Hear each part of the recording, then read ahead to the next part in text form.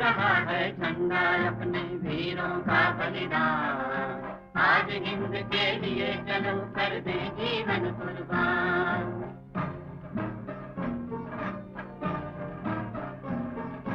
गाते गीत बढ़ो नस नस में जोश नया उमड़े, झंडा ये फहरे।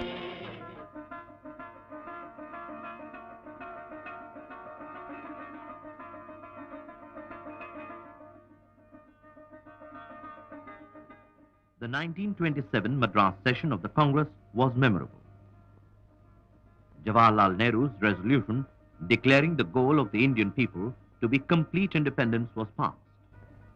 The Congress expressed its indignation at the non-inclusion of Indians in the Simon Commission, which was coming to inquire into the working of the representative institutions in India and suggest constitutional reforms. The Congress decided to boycott its visit. All political parties, including the Muslim League, Hindu Mahasabha, and several eminent leaders, demanded boycott of the commission. Gandhiji said, "I hope the boycott will show the nation's strength and purpose."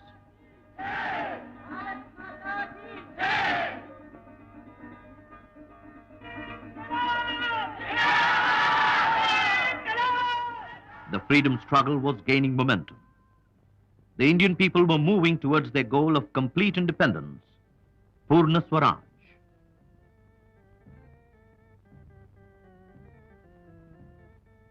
When the Simon Commission landed in Bombay on the 3rd of February 1928, the city observed a complete hartal.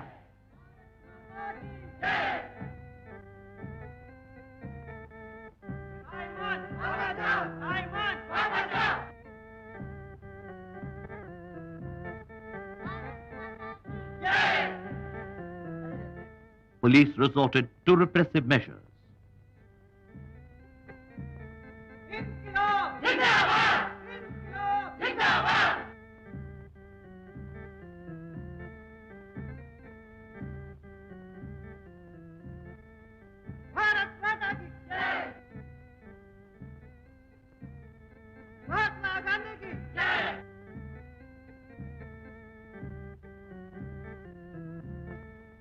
In the Central Assembly, Lala Lajpat Rai moved a resolution to convey the country's lack of confidence in the Parliamentary Commission, which had been appointed to recast the Constitution of India.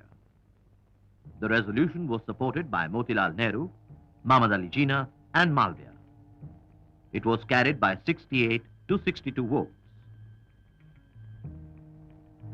Annie Besant said that India will accept nothing less than dominion status.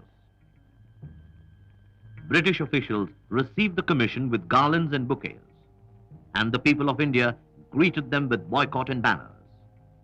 Go back, Simon.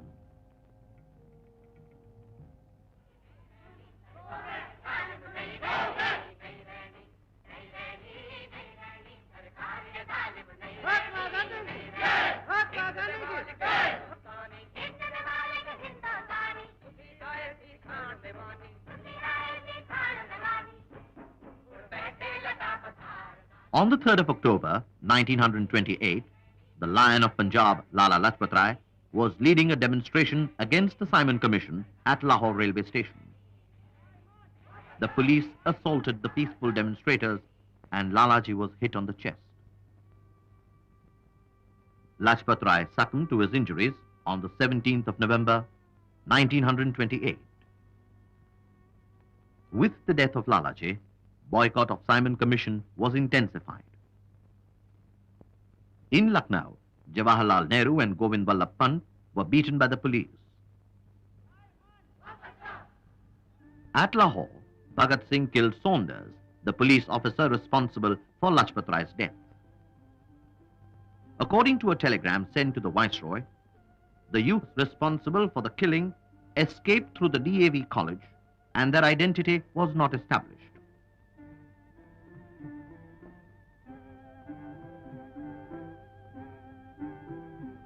Meanwhile, the peasantry of Bardoli was carrying on a grim struggle against unjust increase in land revenue.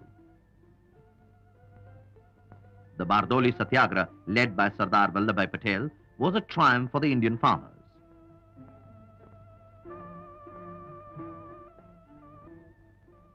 The working class movement was gaining strength. 150,000 workers of textile mills of Bombay went on strike. Production was paralyzed.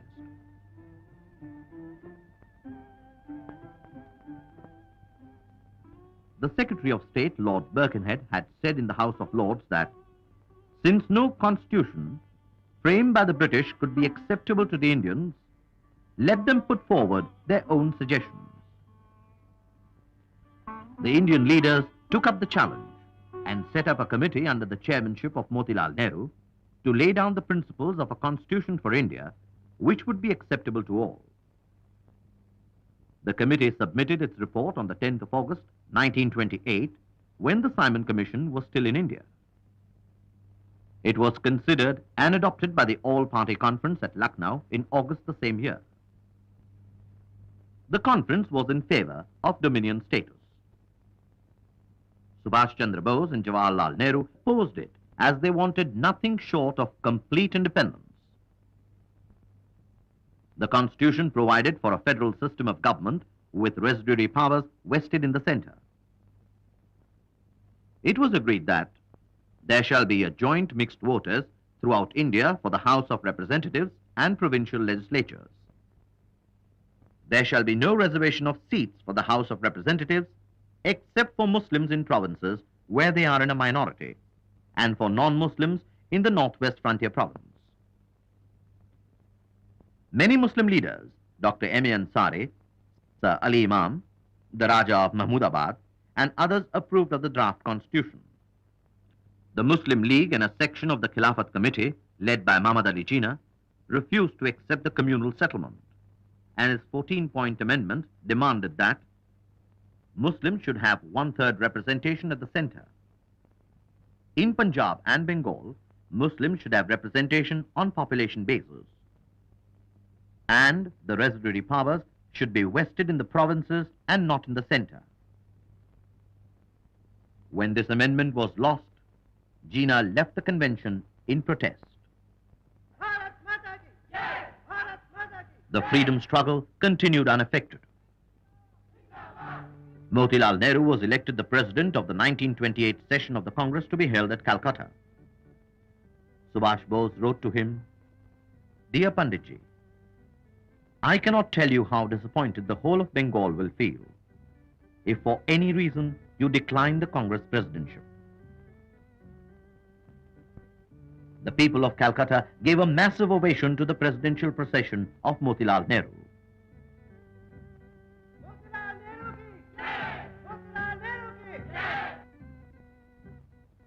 Subhash Chandra Bose was the commander of the Congress Volunteer Force.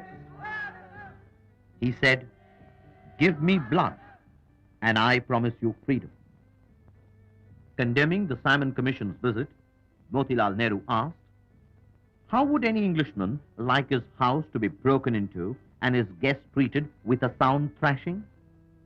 How would an Englishman like to be imprisoned in his own house?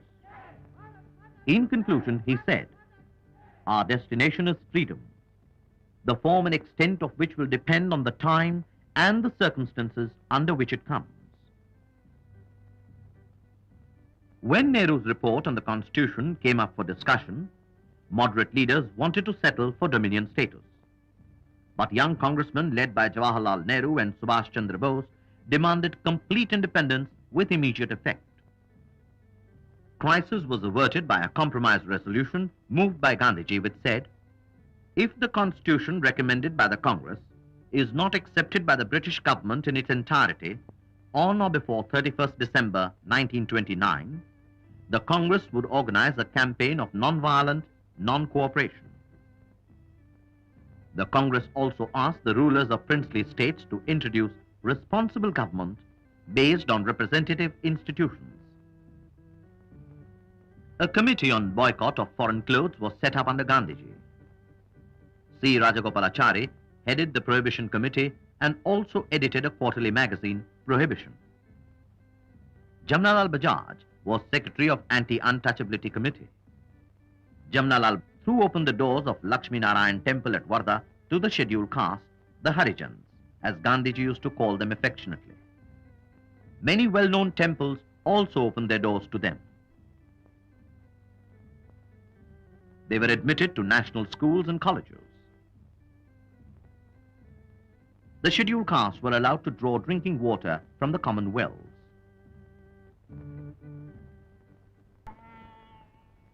During the 20s, the Communist Party was trying to establish its foothold in India. Many important members of the party were convicted in what was called the Kanpur conspiracy case. The party played a noticeable role in organizing worker strikes during 1928 and 1929. 31 leading members of the party, including some Englishmen, were arrested in March 1929. They were tried at Meerut on the charge of conspiracy against the King Emperor. Prominent among them were S.A. Dange, Muzaffar Ahmed, S.S. Mirajkar, Ghate, Kishori Lal Ghosh, and P.C. Joshi. They were defended by a galaxy of lawyers, including Pandit Jawaharlal Nehru and K.N. Kadju. The prosecution failed to establish that they had links with Moscow. 27 of the accused were sentenced to various terms of imprisonment.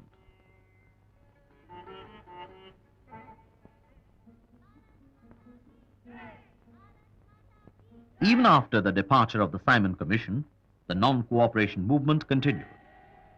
Burning of foreign clothes, picketing of liquor shops, boycott of British institutions.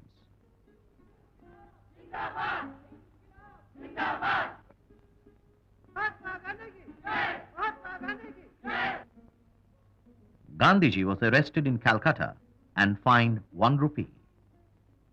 Eminent leaders like Maulana Azad, M.A. Ansari and others asked the Muslims not to scramble for communal rights, but to join in the fight for the freedom of India. On the 8th of April, 1929, when the Central Assembly was discussing the Public Safety Bill, Bhagat Singh and Batukeshwar Dutt tossed 2 bombs into the hall. They shouted, "Inqilab Zindabad," and scattered leaflets from the visitors' gallery. 1 legislator was seriously injured.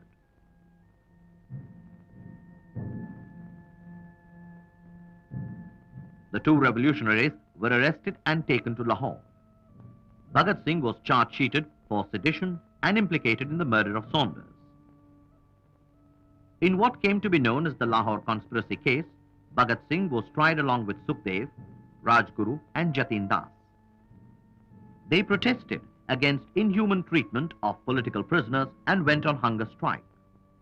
Jatin Das went on indefinite hunger strike, but the Raj showed little concern for a precious human life. Jatin Das died on the 64th day of his fast.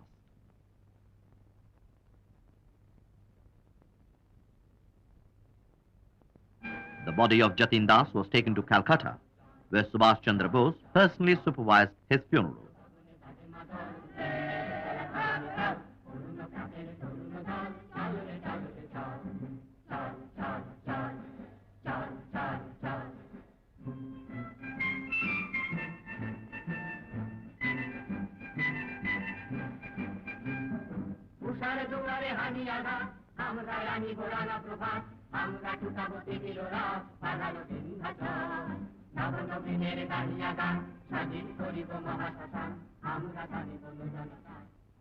The success of the non-violent, non-cooperation movement provoked the authorities to launch repressive measures.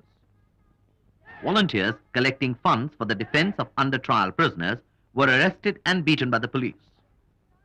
Many political prisoners and workers' representatives were transported to Andaman and Nicobar Islands after summary trials.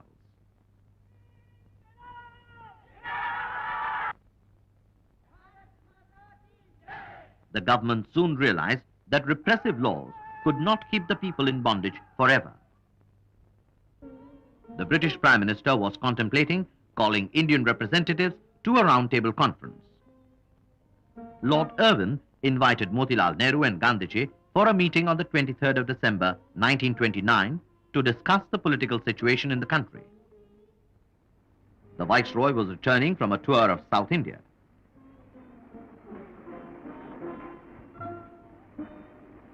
As his train was entering Delhi, a bomb was thrown.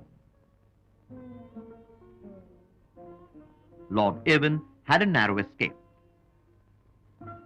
A badly shaken viceroy kept his appointment with Gandhiji, Motilal Nehru, Jinnah, Sapru and Vittalbhai Patel.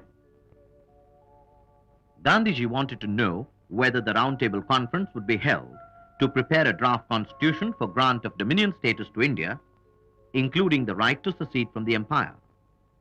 Since the Viceroy was unable to give any assurance, the Congress decided not to attend the Round Table Conference. Gandhiji declared himself for independence and said, "I have burnt my boats." 1 year of grace given by the Calcutta Congress for grant of dominion status to India was drawing to a close. The 1929 session of the Congress was held on the banks of the river Ravi at Lahore. At Gandhiji's suggestion, 40-year-old Jawaharlal Nehru was elected as the youngest ever president of the Congress. A proud father, Motilal, handed over the mantle of office of the president to his son. Gandhiji described Jawaharlal Nehru as pure as crystal, truthful beyond suspicion, and said, "The nation is safe in his hands." At midnight on December 31st, 1929, as the new year dawned, Jawaharlal Nehru unfurled the flag of independence. The vast gathering was joined by Khan Abdul Ghaffar Khan with a large contingent of his Khudai Khidmatgars. The Congress passed a resolution demanding Poorna Swaraj, complete independence. The resolution further asked all congressmen to boycott central and provincial legislatures and asked the sitting congressmen to resign their seats. The All India Congress Committee was authorized to launch civil disobedience, including the no tax campaign. The Congress asked the people of India to observe January 26, 1930 as the Independence Day and take a pledge which said, "We believe that it is the inalienable right of the Indian people, as of any other people, to have freedom and to enjoy the fruits of their toil and have the necessities of life so that they may have full opportunities of growth. We therefore hereby solemnly resolve to carry out the instructions issued by the Congress from time to time for the purpose of establishing Purna Swaraj."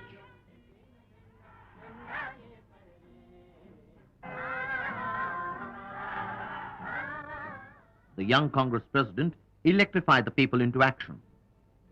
The nation was astir, preparing to observe January 26, 1930 as the Independence Day, to achieve Purna Swaraj, complete independence.